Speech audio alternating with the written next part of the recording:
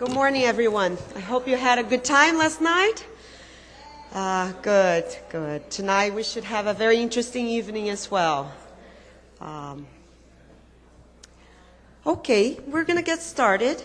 I'm going to call Vijaya Vadivelu to help us para que nos ayude of yesterday's discussions. And right after that, we're going to get started on the theme of credibility in evaluation. Thank you.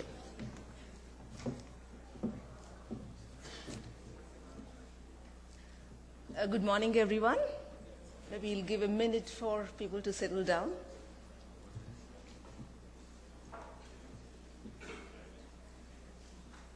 Okay.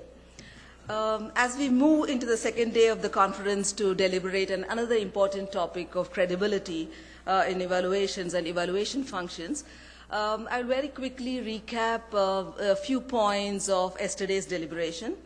The tone of the discussion yesterday was very well set by Mr. Paolo Giannuzzi by his keynote address, where he highlighted the importance of the factors we need to pay into attention to enhance evaluation use, and he gave us the Brazilian model and how they went about improving evaluation use in Brazil. We also had intense discussions in the dialogue on evaluation year, which also deliberated on few points on how to improve evaluation use.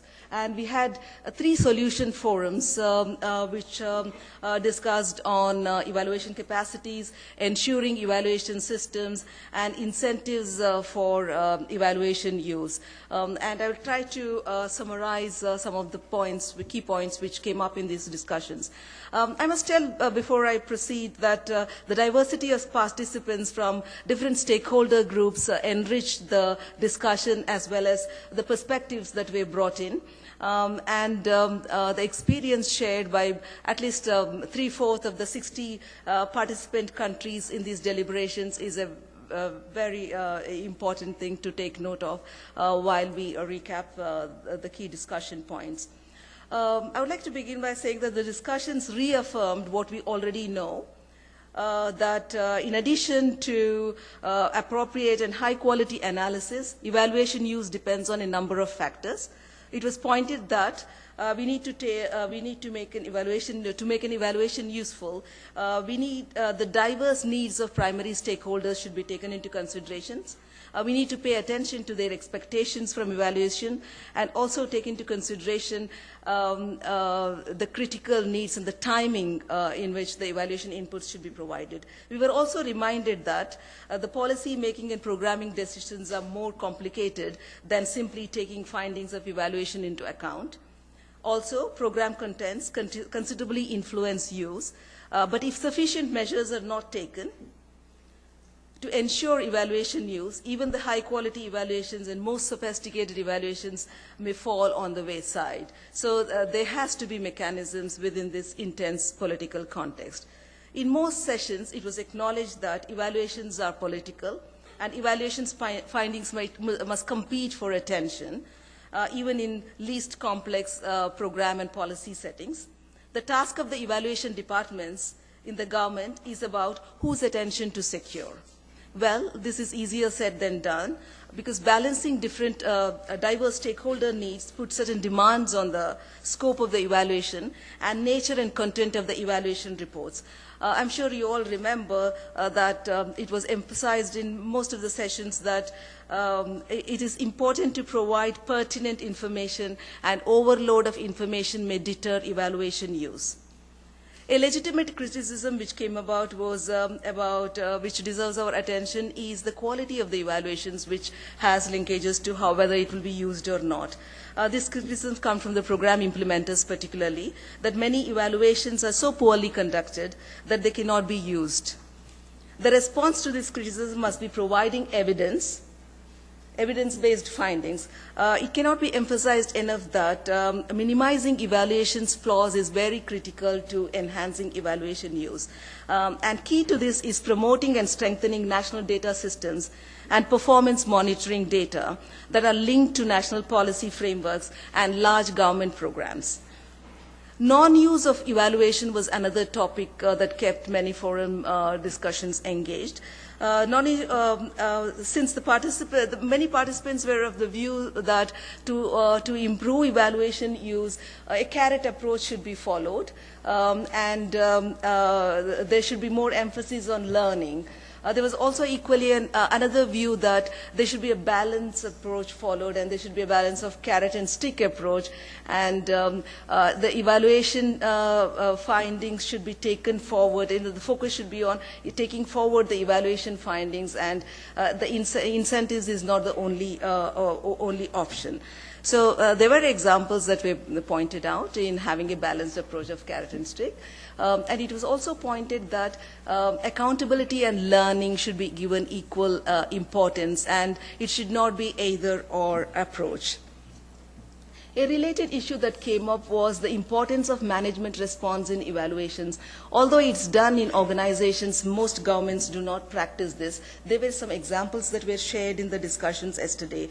And it was pointed that the management responses help to take the focus away from the evaluation results to moving forward on what to do next. Interweaving evaluations with the planning processes and procedures was pointed as an important consideration to enhance evaluation use.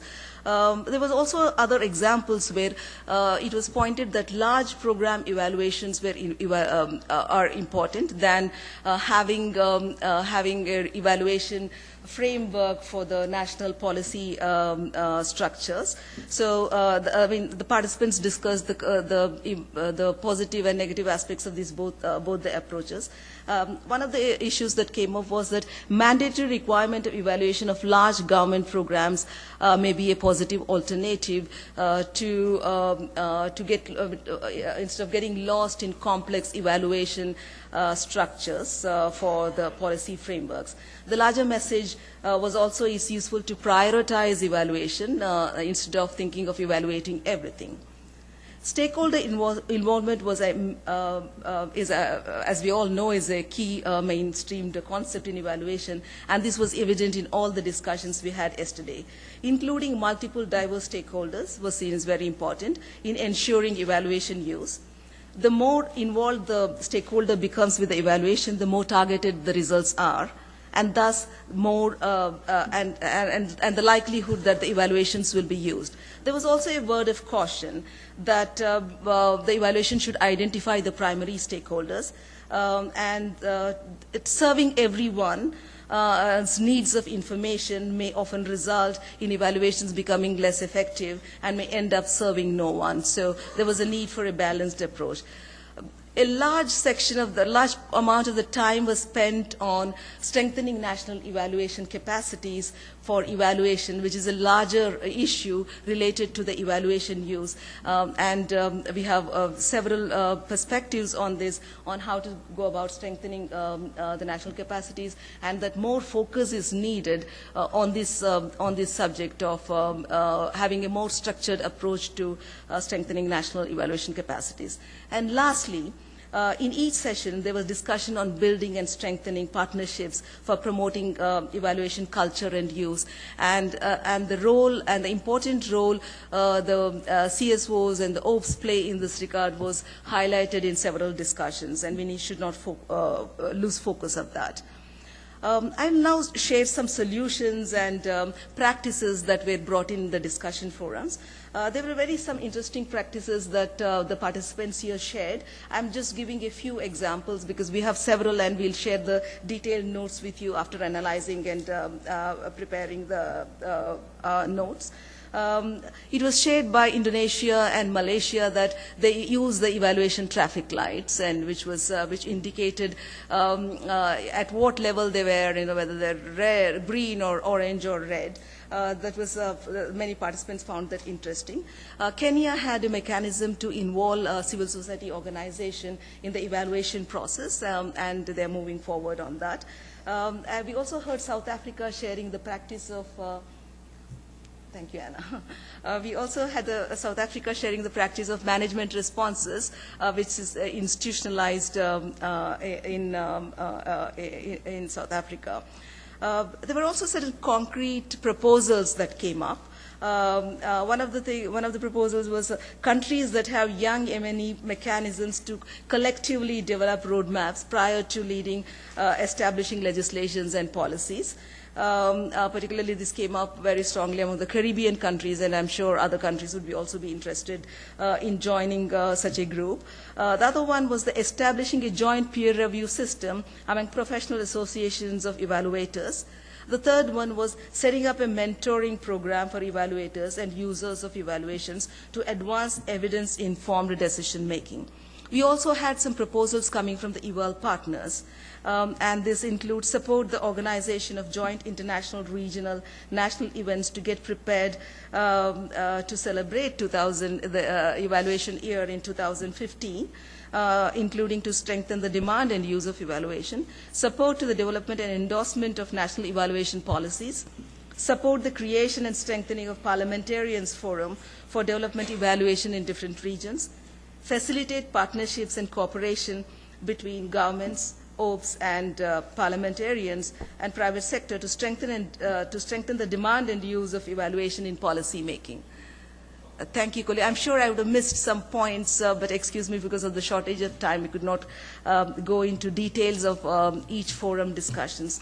I'll stop here. Thank you very much.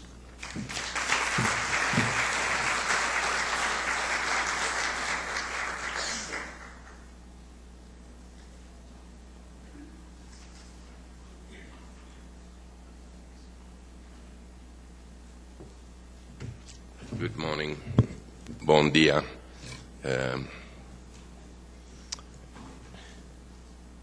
Anna Rosa just took my bag away because yesterday morning she was embarrassed that I was dragging my white bag to the stage, and at least she controls me very well.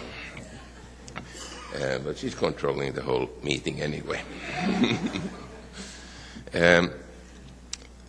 It is my very great pleasure to introduce another keynote speaker this morning. We had, the topics are here on the screen, independence, credibility, and use of evaluation, and we actually asked some of the leading thinkers in these areas to help us to get started on the discussions. So this morning we have a keynote speech on the theme of innovative solutions to challenges linked to credibility of evaluation. And our speaker is María Bustelo, who is a well-known character in the circles. Character was probably the wrong word to say, but she's a well-known person in the circles. María has a doctorate in political science and is an associate professor of political science and public administration at the Universidad Complutense de Madrid, or Complutense University of Madrid. And she teaches there on issues related to public policies and evaluation, and she is the director of the Master on Evaluation of Programs and Public Policies at the university. She is also the president of the European Evaluation Society, one of the big regional societies around the world. And she is a former member of the Board of Director Committee of the Spanish National Agency for the Evaluation of Public Policies, and at the research level, she has been the leader at the university of several national and European research projects on the quality of gender equality policies especially. And she has written quite widely about that. She has a number of publications on evaluation theory and methodology, as well as gender equality policies. So we have a very highly qualified speaker this morning, and a person who, as we all hope to do, combines both the theoretical aspects and the academic side of things with the practical and the practice side of evaluation. So with these words, I would really like to invite Maria to the podium and hear your words of wisdom.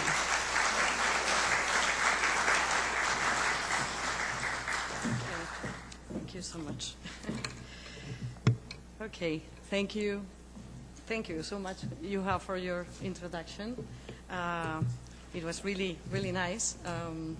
And of course, the first thing I would like to do would be also to thank the UNPD and the Secretary of Evaluation and Information Management of the Government of Brazil for inviting me. I would also like to thank you, Eval Partners initiative, because I think that, Eval Partners has been the one to put VOPES, or voluntary associations or evaluation associations, into this picture. And I think that's really important. I'm going to try to control my time. Okay, so I will expose today what I wrote for the guiding thematic papers that maybe some of you have already had the chance to read, and which was written with the aim of provoking the discussion in the online community of practice. So more than a structured paper on credibility, it is a set of ideas for discussing the issue of credibility. These ideas, this is not, okay. I will talk about these 6 ideas. Okay, so we will talk about the political nature of evaluation, about who participates in evaluations, the idea that credibility not only depends on the evaluators but also in the institutions and the systems, the idea of evaluation capacity building not only for evaluators but also for commissioners, then the idea of credibility and methodology, and some ideas also on communication and reporting. And I would like to do a kind of conclusion about the importance of evaluation associations and networks that I think it's important. I do that of course, from my position, right? And I would like to tell you that I am thinking of this, of course, as from the European Evaluation Society, which I represent in this moment, and all the service I have been doing during the last 4 years there. And of course also from my experience in training evaluation. The master's program in Madrid is going to be in its 12th year, this one, so I have a lot of inputs and insights from this experience of training evaluators.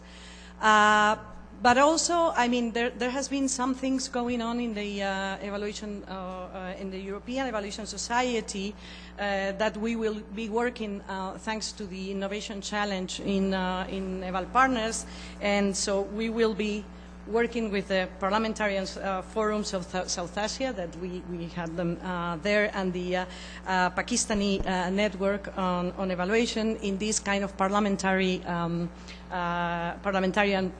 idea of how to involve parliaments in evaluation. So, and we did a public hearing in the European Parliament last April, and you have there, if you go to the web of the European Evaluation Society, you can go to the newsletter, and we have a special issue in this Parliament hearing. I strongly recommend. And also you can see that we have our September issue is also a very good one with articles by Indrand Naidu and Marco Segone and some other people who are here. So I strongly recommend you go, and it's open. We have the newsletter open to everyone. Okay, so let's start with these ideas about credibility. Okay, this is not working in the way I would like. Okay. The first idea, the political nature of evaluation and the need for credibility. Of course, the political nature of evaluation has been amply recognized by the evaluation community since the 80s and the late 80s, right? I like very much, and I always cite this good article by Eleanor Chelimsky, in which she states that evaluation and politics are viscerally connected. And of course, she said things like, of course, policymakers, they try, and they are there, and they try with money, power, and data to move policies and programs in specific directions. Her experience was in the General Accounting Office in the United States, and of course this is a highly politicized place, and I think that's important. But I think it is important to recognize this political character. So what can we do about that? I think we need to be aware and include that political nature in the very heart of the evaluation concept and theories. And that need for credibility is particularly important in considering politics as central to evaluation practice. In this case, and I'm talking about Eleanor Chelimsky, I think that she had this experience in the General Accounting Office, as I said, and for her, credibility implies impartiality, right? And it was the most important thing for her to preserve.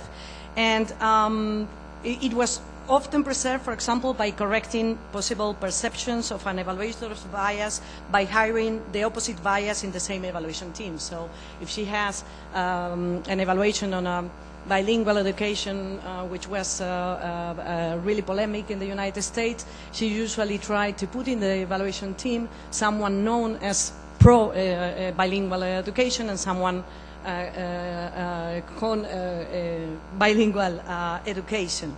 But procedures were useful in contexts such of the General Accounting Office, which is part of the USA legislative branch and directly serves Congress. But in other contexts, evaluation credibility might be more derived from the transparency of the process than from an absence of biases. In any case, whatever the strategy, it is crucial that an evaluation is conducted so it is perceived by the general public and the stakeholders as credible. And this idea of the perception is really important. For example, yesterday, when we were talking about, and I think it was Jennifer Mutua who made this idea that for looking for the political champions, maybe there might be different things in different countries, right? So my idea is there is not a common solution for this, and maybe the idea of how to enhance credibility in the different political systems can be different. Of course, I mean, this idea of the politicized context and the political nature of evaluation poses challenges for the independence, credibility, and use of them, right? And this is why evaluation is about much more than dealing with methodologies and techniques that allow us to acquire good enough evidence of what happened in a concrete project, program, or policy. The political nature of the evaluations means that, apart from providing systematic and rigorous evidence, its rises should be tailored and must respond to and from a particular context to be credible and usable. Even if it appears to be apolitical, I mean, an evaluation is invariably and inevitably political because it is formed from the interactions of actors with different interests and different perspectives and power positions. So this means that every kind of context in which we are is a political one. Okay, second idea, okay, is who participates and has a say in the evaluation, and it's a key issue of credibility. Of course, credibility is also inevitably linked to the participation of stakeholders in the evaluation processes, and a participatory approach to evaluation, apart from the benefits of inclusiveness, promotes stakeholders' ownership, something that it was said yesterday as something that it was really important. Ownership of evaluation processes and results. Consequently, it also raises perceptions of the credibility of those processes and results by those who have participated and feel they have a say in the evaluation. Of course, this is easier said than done, and probably we are not going to find a demonstration of people behind our door saying, we want to participate, we want to participate. Probably this is not going to happen. And real stakeholder participation is a process that requires time and political sensitivity by commissioners and evaluation teams. Getting to know and understand the context and the program to be evaluated, identifying key stakeholders and their information needs, including those needs in the evaluation questions and contrasting or even negotiating them with stakeholders, gathering systematic information and evidence from stakeholders and other sources, and contrasting and or elaborating collaborative conclusions and recommendations are some of the ways that stakeholders can be involved. Of course, that will help the evaluation to be perceived as more credible because the process has been transparent and stakeholders have had the opportunities to contribute to several parts of the process. Of course, the context in which an evaluation takes place, or even the constraints of times and resources and of terms of reference do not allow real stakeholder participation in all the different parts of the process. But we should be aware that to enhance credibility, it is necessary to methodologically design an evaluation process in which stakeholders' participation in some parts of the evaluation process is possible, at least in some parts. So, for some reason, I don't know, okay, this one, no? I don't know why this is not. Okay, here. Okay, this is the second idea.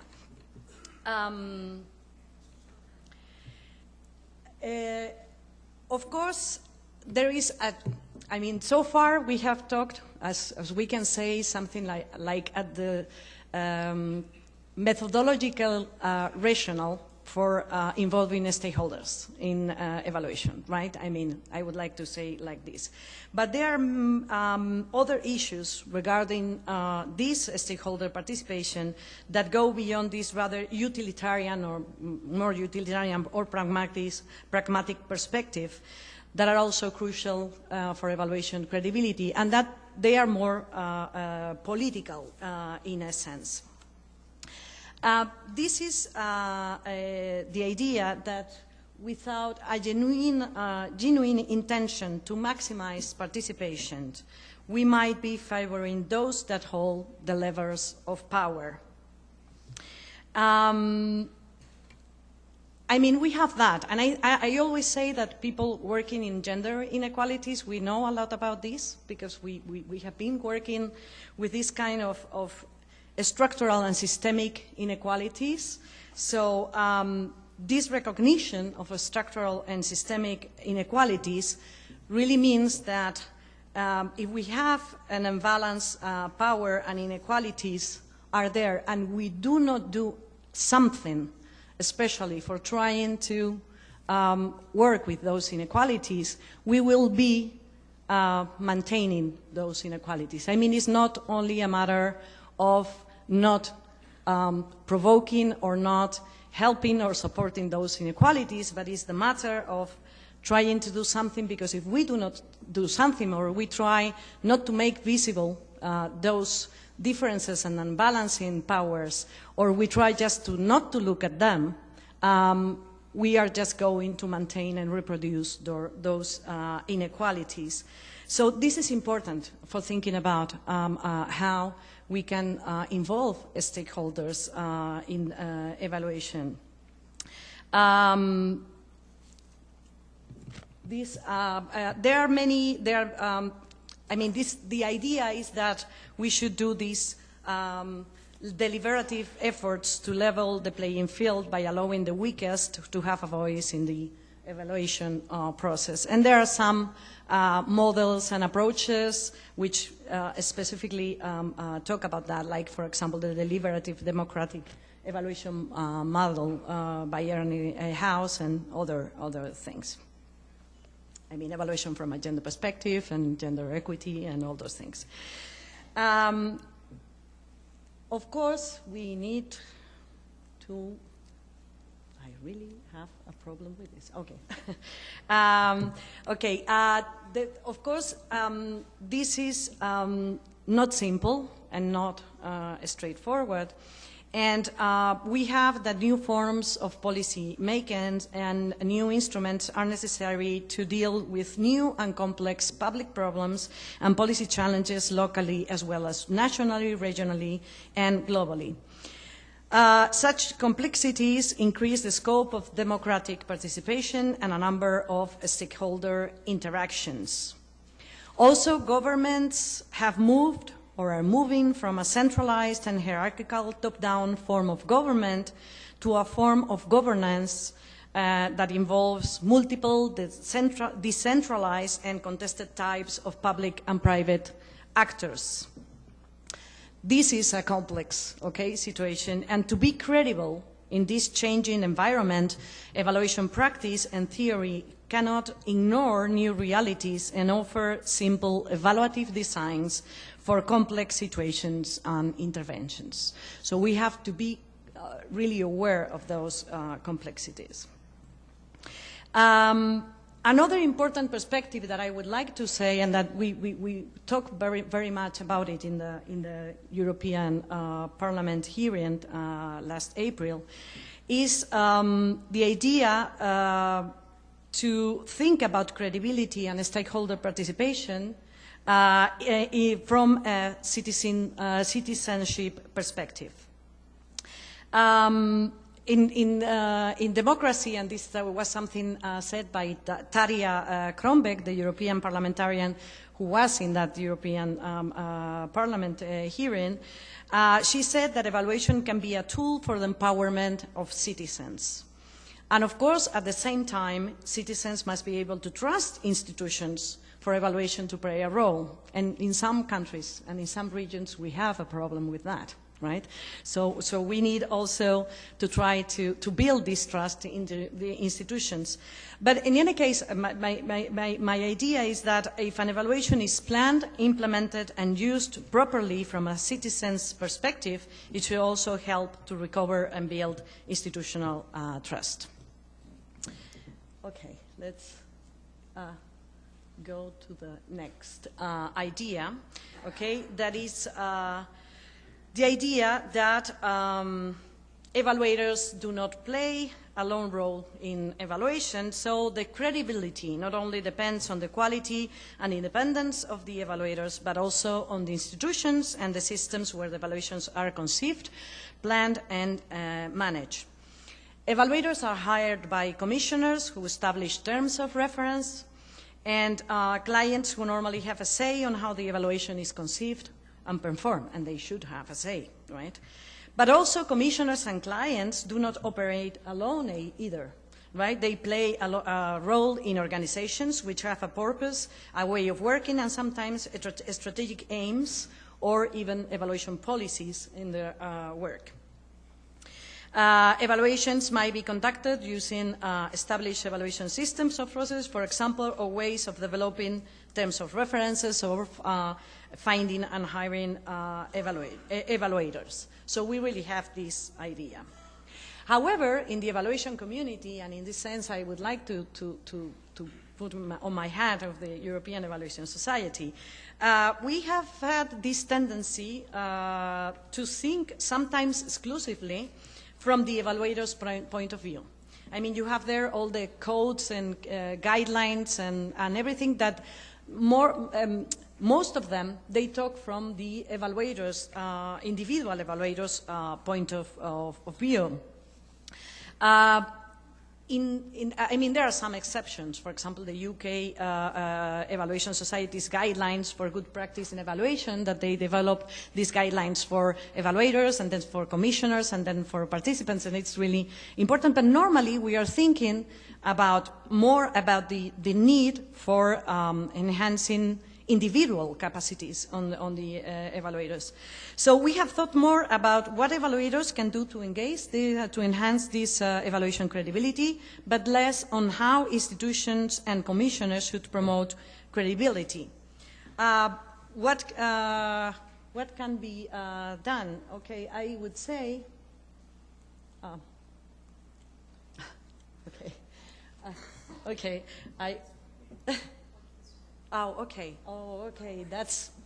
That's a very good idea. Thank you.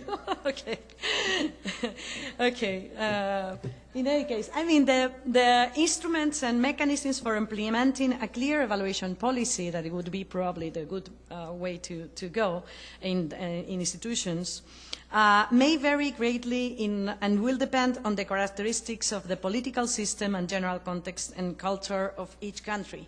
In Europe, we have a huge diversity even in the different political systems, so we are very used to that diversity, and we have had, for example, the solutions like, for example, in Spain, we had a unique agency for all the sectors, but, for example, in France, they have sectorial evaluation agencies. Some of them, like in Switzerland, they depend on institutions on the legislative, but, for example, in Sweden, in the executive. So we have all kinds of things. And in this case, I would like also to share with you the Spanish case, just very quickly, about the Agencia Estatal de Evaluación, which was established in 2006. And I was lucky enough to be in the expert group who thought about that project. And I remember that we recommended at the beginning, and we thought, okay, we can dream about a national evaluation agency, so let's think in the best way to try to enhance independency. And we thought, okay, it would be better if it can be in the legislative branch, depending on the legislative branch, so from the parliament.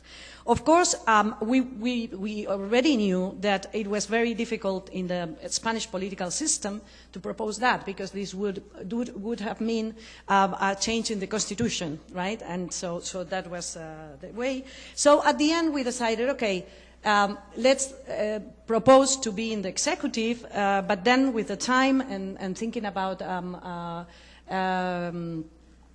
modification of the constitution because of the Senate, we will say, okay, eventually it could be in the Senate. Of course, at that time, I'm talking about 2004 or something like that, we didn't know that Spain was going to face a period of major economic crisis, which was preceded by a political and institutional crisis that started with tremendous and even hysterical confrontation between the two main parties. And that has been happened in the parliament. So I would say now that having AEVAL, this institution, depend on the legislative in this context, would have had unintended consequences on credibility from administrators and decisorship. And from my perspective, at this moment, it would be, AEVAL had a greater chance for enhancing its credibility and independence from the executive branch than from the legislative. Okay? So this is an idea of how even within the same political system, this could be different. Of course, unfortunately, EVAL was born at the onset of a deep economic crisis and dramatic budget cuts, and its gradual reduction as a political priority meant that it did not develop as had planned. And of course, we have this big institutional crisis. And I mean, at this moment, I would say that the political trust in Spain will be only recovered by giving real voice to the citizenship. And evaluation could play an important role in that recovery. So that's also a message I would like to say. Okay. The fourth idea, and I have to go quickly now, is that evaluation capacity should be both for evaluators and commissioners. Of course, evaluation credibility depends. Thank you so much.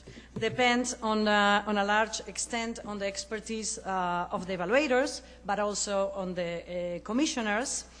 And I would say that it's really important to all this training that we and evaluation capacity development and building, but still I think that there are few specific graduate programs in evaluation. Even, I mean, whether in Europe and even in North America and in South America, we have more of those. But still, I would say that after many years dedicated to evaluators training, I am convinced that taking one course in evaluation in a general research methods, management, public policy, or development master's or PhD is frequently not enough to consider someone prepared to be a good evaluator or commissioner. And also, I think that there is a vast body of knowledge and evaluation theory, practices, and dispositions that are part of an evaluation curriculum and that can be and should be taught, I mean, in this idea. Of course, in relation to capacity building, it is necessary to mention the efforts of the evaluation, of how the evaluation community has made towards its professionalization. And I would say, as I see it, I mean, in the 90s, we were, especially with these codes and codes of ethics and guidelines about how to do a good evaluation. Then the debate turned into the debate of capacities and competencies, right, that the evaluators should have. And now the debate is turning into the idea of possible accreditation, designation of certification is probably too much a big word, of evaluators. And this is very controversial and very polemic. In the European Evaluation Society, we have started a debate. We just are proposing this voluntary peer review possible system, but the idea is not to force anything, but just to provide an arena for the community, the evaluation community, to think and to think about that. I must confess we have not been too much. I mean, we really need the people to enter in that discussion and debate. I always say that the most important thing of these kind of debates is not the product itself, but it's the process of discussing, and it's a kind of an evaluation community maturing in a way, I mean, and thinking about themselves. And of course, something that I think it's very important is that if we think about any kind of accreditation, designation, so something that someone should decide who is a good evaluator and who is not, the evaluation community should be there. I mean, and we should be the leaders of that, not any institution saying which, I mean, what is a good evaluator. But of course we can discuss about that, and we'll be very happy to do that. Why I'm linking these professionalization efforts to the necessary evaluation capacity building as a way of enhancing credibility? I would say because these efforts have been and will continue to be an invaluable aid for building evaluation capacity by identifying what evaluators should know the capabilities they should be trained in, and eventually be tested again for designation or accreditation. What I would like to say here is that we have thought about this mainly for evaluators, right? And I would like to propose the idea that maybe we should think about that also for commissioners, I mean people who commission evaluation. I think one of the best things that we have had in the master's program in Madrid is that we have had together, we always have together in the same training program, both people who want to be evaluators and people who are already commissioners or are going to act as commissioners. And that dialogue is wonderful. I mean, in the training experience.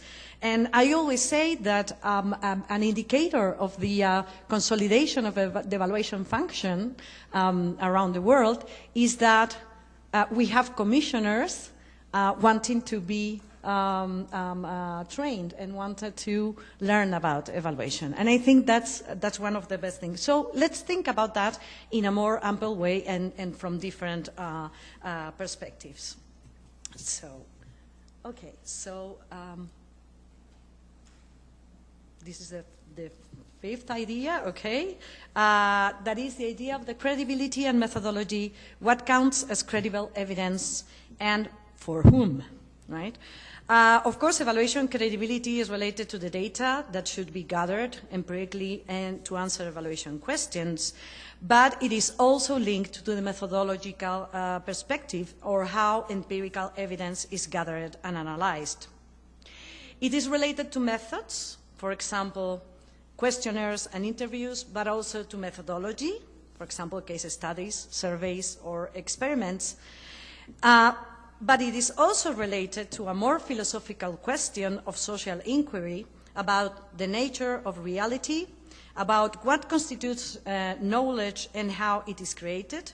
That is what we can call about epistemology or even ontology. We are not going to go more in depth. I love these kind of things of philosophy of science, but I understand that not everyone likes that.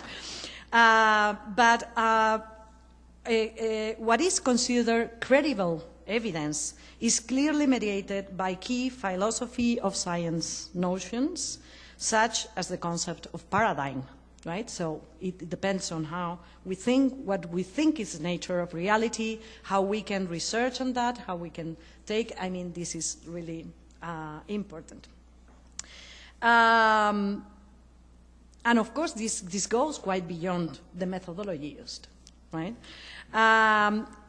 Of course, in the evaluation field, the question about what constitutes credible evidence used to support claims relating to the impact of a practice, program, or policy have fiercely reappeared when some international organizations, networks, and federal departments in the USA, especially, have identified the randomized control trial, the RCTs, as the gold standard designed for generating scientific evidence of evaluated programs or policies. The evaluation community didn't like that, right? I mean, because I always say that the evaluation community, we have been a community really flexible regarding methodologies, and I think we have promote that, for example, the qualitativist and the quantitativist started to talk to each other, right? And so I really think that's the way. In any case, I mean, I think it's really important to think about credibility related to this. And I would like to mention that in 2006, in Claremont University and organized by Stuart Donaldson and other people, they did this seminar, which ended also in a book, in a volume, about what counts as credible evidence in applied research and evaluation practice. This seminar and then the book was organized around the social inquiry paradigms as a frame for the debate on credible evidence. And this was the first time that the credibility and the concept of evidence and impact were debated openly and in a depth from a methodologically plural perspective and not exclusively related to a concrete epistemological stance such as experimentalism, right? Because the discipline of evaluation has evolved from joint perspectives. Because the discipline of evaluation has evolved from joint perspective and multiple methods and approaches, allowing debate among evaluators who come from very different traditions of study. I think we have embraced, from the evaluation community, we have embraced quite well this idea of the mixed methods approach, right? And I think that's really important, as Jennifer Grant says, in an era of paradigm pluralism and necessary understanding among different perspectives.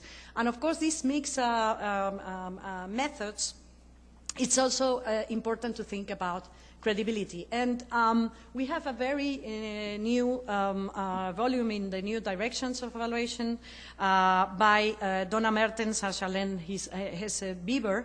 And I strongly recommend, because they are talking about this idea of the mixed methods and credibility of evidence.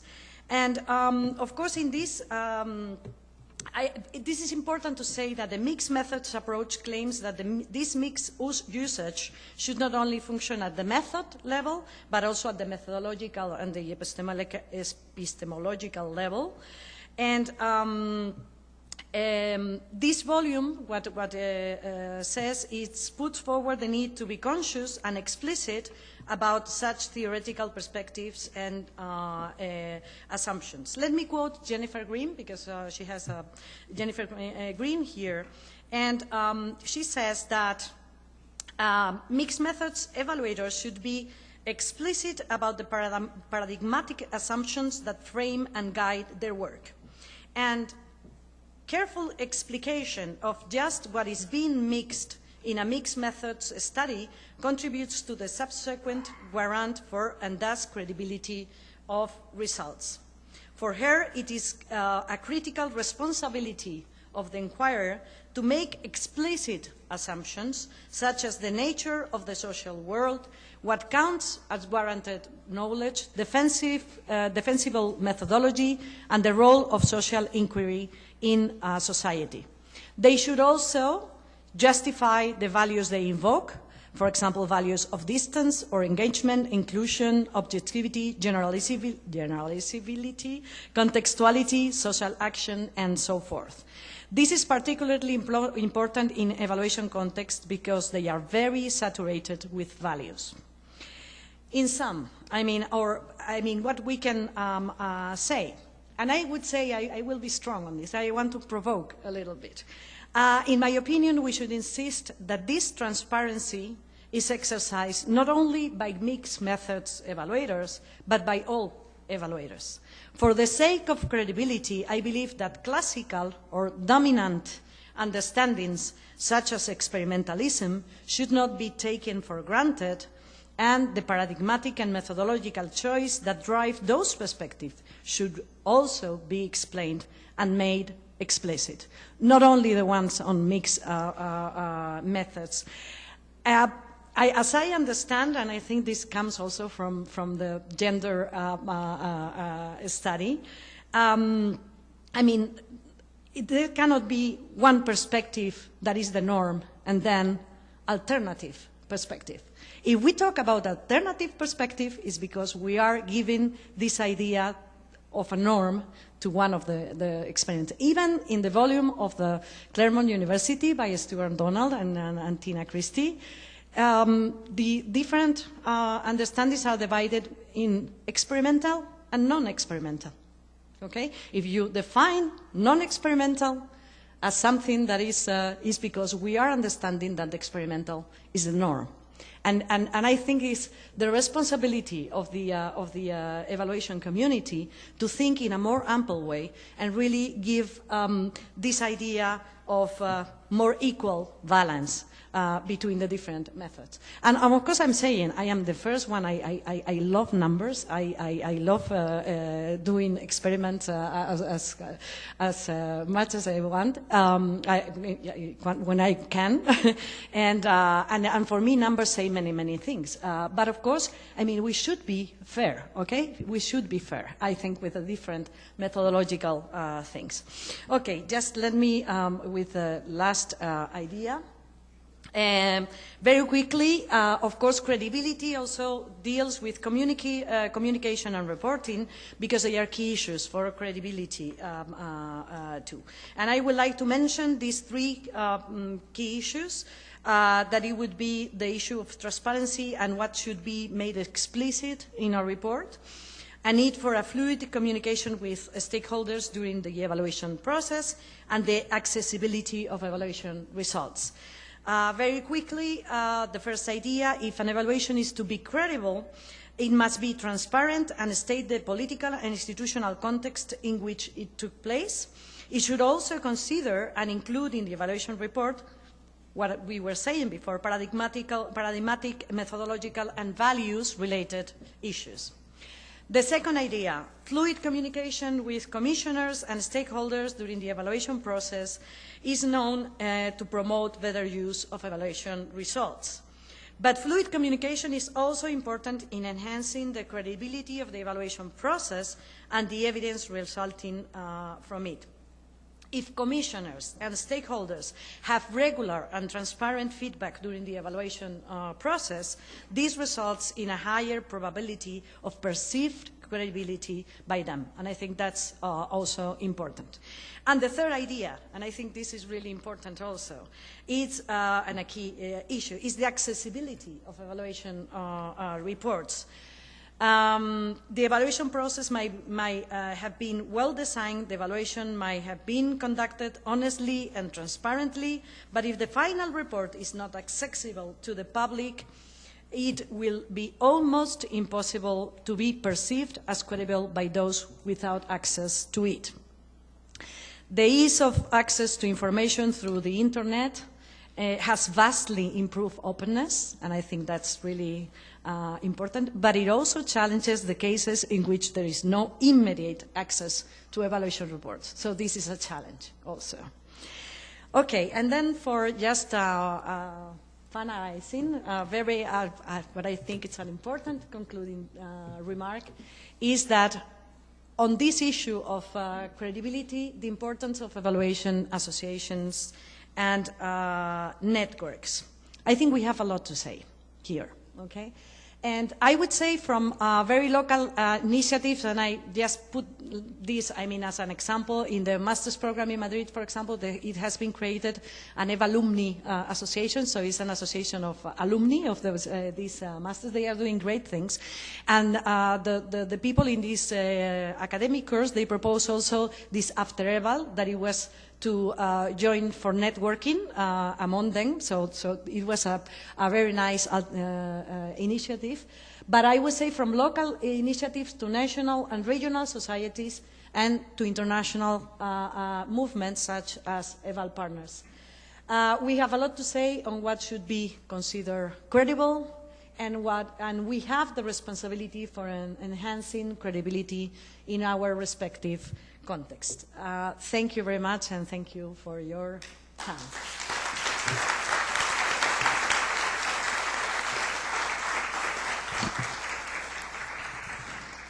Thank you, Maria.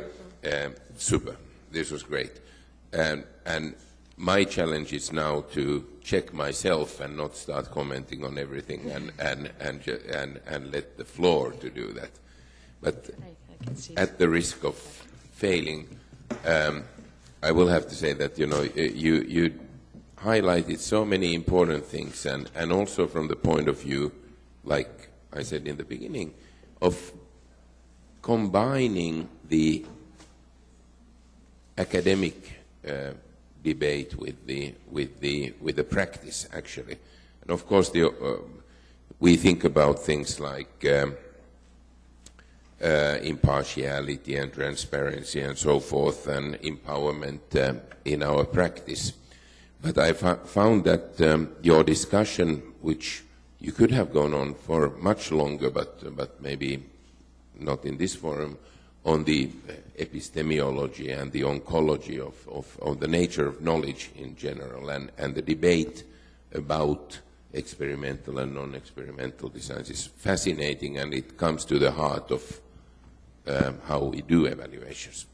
The other thing that I wanted to highlight is that you mentioned it in one of your issues, that we tend to see things from the point of view of the evaluators, but it's also very important to see it from the point of view of the commissioners and build the capacity of the commissioners. So, I hope I didn't talk too much. Okay, please.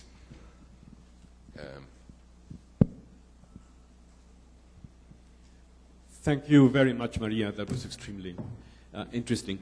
Just two comments. The first one on the structure of the marketplace, of the market for evaluation. I think that matters a lot to credibility. And I mean, there's a number of choices to be made, and there are no perfect choices. But I'm talking specifically about the difference between full-time academics doing evaluation work and full-time consultancies doing evaluation work. And the risks of the two are perfectly opposite. Academics can be very good because they retain their independence from public agencies. They can say many things. They're much freer to make these statements. At the same time, they can appear to officials and commissioners, as you call them, as too proud and perhaps inflexible and unwilling to compromise, unwilling to understand that public officials have to make choices with scant resources. That's something that academics often don't understand, and they don't bend and are not willing to change a recommendation because they think something is important, and that's it. On the other hand, consultants can be much more flexible, and they can be employed full-time, and they can do more kinds of work. But for the same reason, they lose their independence from public officials much more easily, because they can be retained for other services in the public sector. And so you do have a choice here, and there's no perfect choice. And when you're dealing with a very large consultant, it's sometimes hard to make a very large international consultant be transparent in terms of what the heart of the evaluation is doing. For example, it's sometimes hard to ask for really honest sample field reports. What happened to the sample in the field? And that hurts the credibility of evaluation directly. So I would say that about the marketplace, that's extremely important for credibility. And secondly, I don't think that quantitative and qualitative is a matter of being fair to one or fair to the other. It's a matter of actually defining what each one can bring to the table. If one cannot bring anything to the specific evaluation you want, you don't need to be fair to it. Don't hire it. Thank you very much. I have at least 4 hands up, so 5 hands up. So shall we take a few? Yeah. Yeah. So the 2 ladies first. Why don't you go? Yeah. Yeah. So you can just pass your microphone to behind you afterwards. Thank you very much for such a brilliant lecture, bringing out so many aspects of credibility. I'll just make 2-3 comments. Supposing that, should I start again? Thank you very much again for your brilliant lecture, bringing out so many aspects of credibility in evaluation study. My 2-3 comments are, supposing that all the aspects of evaluation of credibility is intact, like voice of weaker section, independence of institution, and other things, maybe independence of your design and etc. But while discussing about the political nature of evaluation, you said that policymakers have their political agenda and they try to move policy in certain direction. But you also said that these aspects should be kept in the very heart of the evaluation studies. How we are going to reconcile this? Another thing is, evaluation is supposed to be apolitical, but invariably and inevitably it is political. So, when the scenario of politics changes, then do these evaluation studies need to be thrown away? Because another thing is that when evaluation findings and indicators are brought out, they can be treated as two-edged sword, which can be taken up by any of the political groups to establish their political agenda. So reconciling these things, my comment will be how to make evaluation studies so truthful that it cannot be wished away by any of the political groups. Thank you. Thanks. Can you just pass the microphone behind you? Thanks. Hola, buenos días. Gracias María por tu intervención. Quería destacar that the second point that you mentioned regarding the importance of the participation of the stakeholders in order to increase the credibility of the evaluations, and mainly talking from the group of women that I represent here, we highlight that we work for the incorporation of gender in the evaluations to try to incorporate all the groups of women or the vulnerable groups with which we work. And it is a difficult work that although all the guidelines that we've got, not only from United Nations Women, also the evaluation group from the United Nations, because it's not an easy task to actually to achieve this focus on gender, and it's not easy also at the national level. We are doing a mapping of the national mapping here in Latin America, and we find many difficulties not only to obtain information, but sometimes very little examples that people that have incorporated the gender aspect in the evaluation. So my question, that you are an expert in gender and evaluation, can you give us an example how to increase the incorporation of the focuses of gender in evaluation, because this is essential for all us, our organizations, not only in the processes, but also in the national systems, in order to increase the credibility and the use related with everything has been discussed. Yes, the use of the results in the evaluations. Many requests. So, do you want to take these now, or do you want to? How do you want to? Yeah. Inevitably, we are going to run out of time. Yeah, I will try to be quick in this. Yes, I mean, of course, the market of evaluation, I think it's a key issue. And it's very interesting what you say about the academics and the consultants. I mean, from my experience, I entered the academia really late after being in the professional world in different things. And it is true that what feels better about being an academic is how free I feel about saying whatever I want because I have been in the other side. But of course, I mean, evaluation is also a very consultant-oriented practice, a very professional practice. And I always say that for that, what it is wonderful is that evaluations are really much better done in evaluation teams.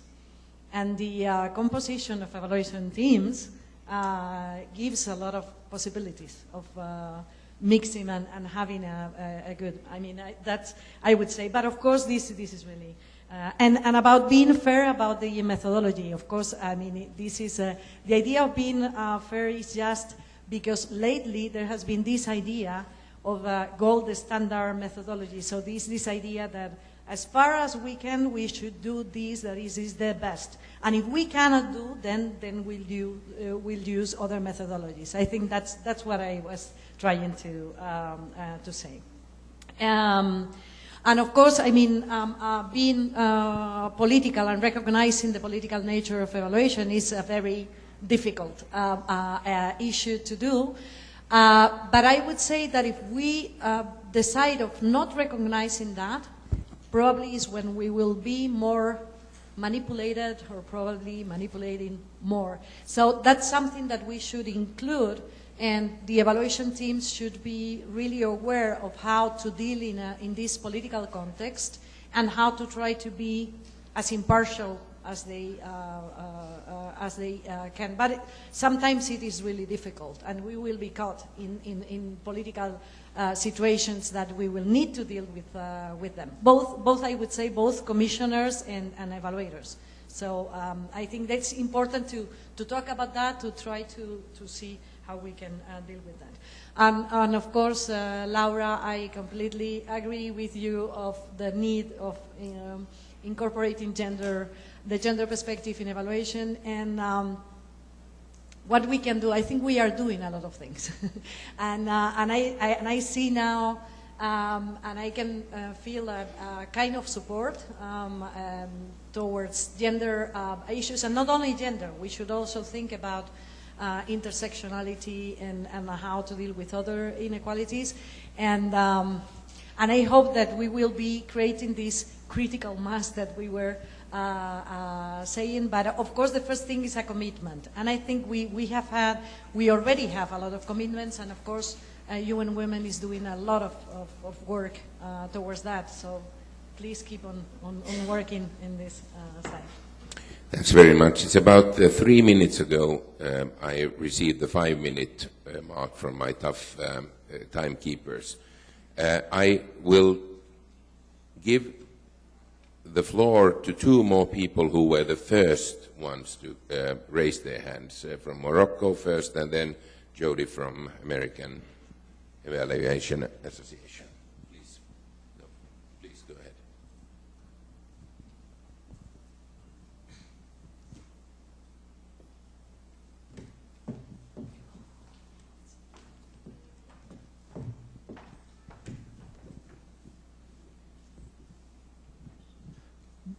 Bonjour. J'ai suivi avec attention votre exposé. J'ai quelques interrogations. La première, saying, and I've got a couple of questions. The one was regarding credibility, and you were talking about the role of the institution, and we are always concerned of assuring the participation of the civil societies. And we see that in many different developing or developed countries. In case of an experimental project, can we assure credibility? Because it's a project that is being already being executed, and the participation of women is very important. But what we see in the developing countries is a problem of autonomy and a cultural problem in order to involve gender. Based in my experience, when we go to the houses, we always see is the man that comes to the door and never the woman. So that's a difficulty we're facing. What I always comes to my face, and it's credibility, because we are having problems. We've got different implications. Then transform into a problem. And I would say we need to align things. That's what I would like you to comment on that. And the issue, I think that the combination is very important, but we need to bring awareness to the people regarding the results of the different methodologies and what is the cost over us. And that's an issue we are having, because combining techniques or mixing takes us to high costs for the projects. And we were talking about the context and the nature of evaluation, and we saw that because we control very little, and we handle only the external context of the project, and we have bad effects for our projects. Muchísimas gracias y le doy la última palabra entonces para Jody. Pero, por favor, odio de parar las discusiones, pero yo estoy entre la espada y la pared. Tengo que parar inmediatamente después. Pero siempre pueden mandarle preguntas a María y ella les va a encontrar una forma de respondérselas de alguna forma u otra.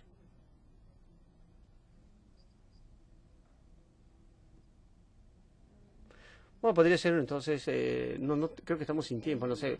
Bueno, muchísimas gracias. Yo soy Jody Pespat, soy presidente de la Asociación Estadounidense de Evaluadores. I'd just like to speak for a minute about credibility in evaluation and creating evaluation as a profession in your country. Credibility is the most important quality that you have. You're advocating that you're going to be presenting information in a different way than others have, that you're going to be collecting information and and analyzing it, and that information will be the evidence that you are presenting. Therefore, it's very important that you preserve your perceived neutrality. Otherwise, you are simply another advocate. And so I wanted to, this is not about women or any other issue. It's thinking about what might be perceived as biased in the evaluation study that you're doing. And if it's something closely connected with you, you should avoid being the evaluator on that study, because your experience or your perceptions will influence, even if you don't want them to, will be perceived as influencing the results of that study. In your personal life, you may be an advocate for something, but when you're wearing your evaluator hat, particularly as evaluation is first established in your country, you want to be perceived as a professional evaluator, not an advocate. And secondly, while I'm a big believer in stakeholder participation, I want to caution that element of credibility. The stakeholders that you involve and the groups and the representatives should be carefully chosen, because, again, the credibility of your study can be questioned. Did I lose it? Can be questioned by the nature of the stakeholders whom you have involved. That's almost inevitable. It doesn't mean you should not involve stakeholders, but it means that you should think carefully about what groups you want to involve, how they will affect the perception, the perceived credibility of your study, and then who amongst those groups you want to involve. Because establishing the credibility and the perceived neutrality of evaluation is one of the most important things that you're doing. Thank you very much, and we are at the end of the session. Just 2 minutes after schedule, so I think we're quite good. And Maria has just said that she doesn't even need to respond to these issues because we have heard them, and she will take them and other comments that you will be providing her into account in finalizing her paper and continuing the discussion. So thank you very much once again for a very lively and good discussion.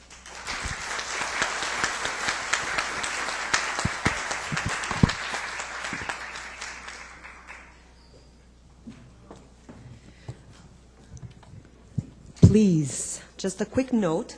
We have here a note from the AFREA colleagues. They're going to meet on the, let me see, full left corner of the hall. If you can just quickly meet with them, they're going to have a quick reunion. And also, I really need everybody to leave this room with everything so we can set up for this different solution forums. Thank you.